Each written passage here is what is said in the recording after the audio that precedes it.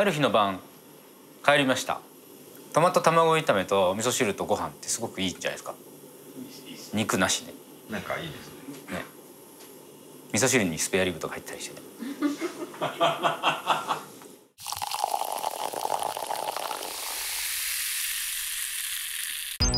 今日のごちそうさまチャンネルは男子おつまみ。トマト卵だけで作るのにこんなに美味しくできるんだみたいな驚きがあるレシピだと思いますね。台湾風トマト卵炒めを作ります。おつまみにもなるし、ご飯のおかずにもなるし、ちょっと副菜的にもいいんじゃないですかね。卵とねトマトしか本当使ってないですからね、ヘルシーですよね。うまい。本当に非常に簡単にできるし、ちょっとお店っぽい味するんですよ。さすが俺。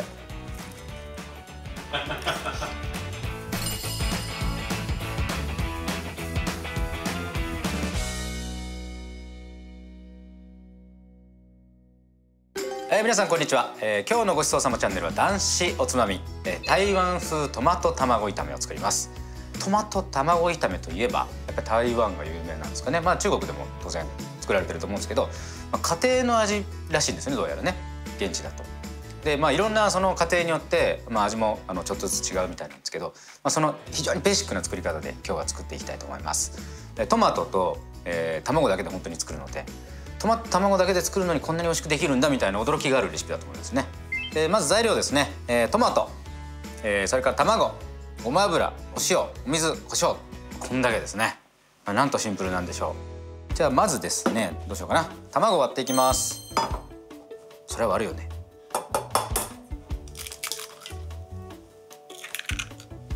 で卵にも、塩分を入れておきます。お塩、これは胡椒。胡椒はお好みですね。よく混ぜておきます。塩がね、卵にお塩入れて混ぜるときって偏りやすいので、よく混ぜた方がいいですね。はい、こんな感じで置いときます。トマト切ります。トマトはヘタの部分をまずくり抜いて、で縦に8等分します。1、2、2、4ですよね。6、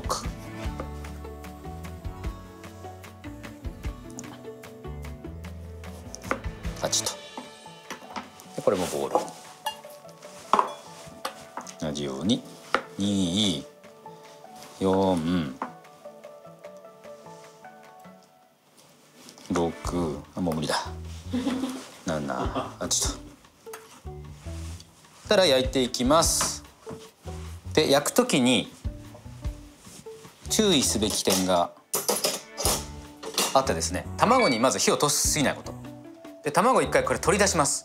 取り出した後にトマト炒めて、最後にまた卵と合わせるので、結構いい具合の半熟で卵が、取り出せると美味しくできますね。で火つけます。でこれは終始強火でいきます。ごま油、もうここまで来たら出来上がったようなもんですね。でこの時に油が低い時に卵を入れちゃうとやっぱり上手に半熟にできないんですね。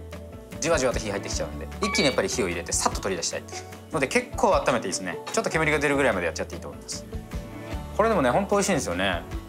なんかほんとトマト1個でもできるし、おつまみにもなるし、ご飯のおかずにもなるし、ちょっと副菜的にもいいんじゃないですかね。ある日の晩帰りました。トマト卵炒めと味噌汁とご飯ってすごくいいんじゃないですか。肉なしでなんかいいですね。味噌汁にスペアリブとか入ったりしてね。ピリ辛系では入るんですか。入んないですね。絶対入んないです。怒られそう、おふくろに。ちょっと卵を垂らして、ちょっと火の入り具合見ますね。卵ってね、実は少し油吸うんですよ。水分をちょっと吸うんですよね。はい、いきます。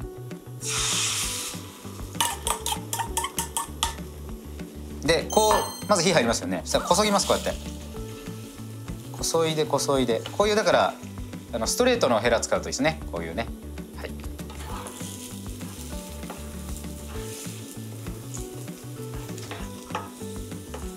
このぐらいこのぐらいこのぐらいこのぐらいこのぐらいこのぐらいこのぐらいでストップ。このぐらいでストップ。じゃあこれ取り出しておきます。でこのままこのフライパンでいきます。火つけます。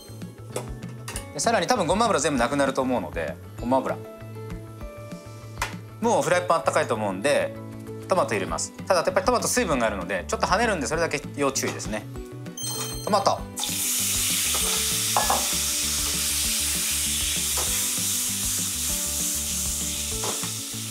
ここにお水入れます。で蓋します。ここで一回水分がほぼなくなるぐらいまで、少量のお水で、ここで少し軽く煮る感じになるんですね。そうすると表面はすごい柔らかいトマトで固形感残ったままジューシーに食べれるんですよ。水分がほとんど飛んだら蓋を開け、ちょっと全体、そうするともうすんごい柔らかいんですよトマト。あんまり崩さないようにして、ここにお塩割としっかりここで味付けます。で卵戻します。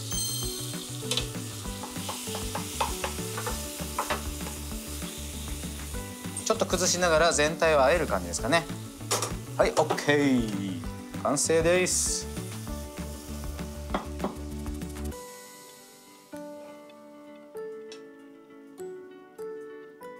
はい、完成です。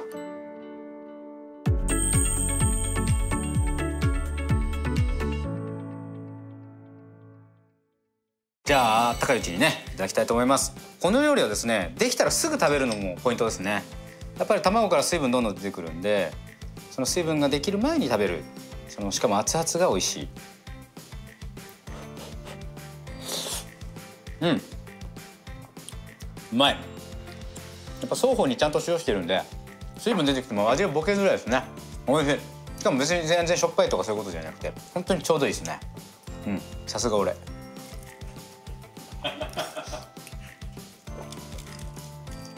合うよ。卵とねトマトしか本当使ってないですからね。ヘルシーですよね。油多めとはいえごま油だし香りもよく、ご飯にのっけてかっこんでもいいと思いますね。本当に非常に簡単にできるし、ちょっとお店っぽい味するんですよ。今の手順さえ守ってもらえれば、はい、試してみてください。ごちそうさまでした。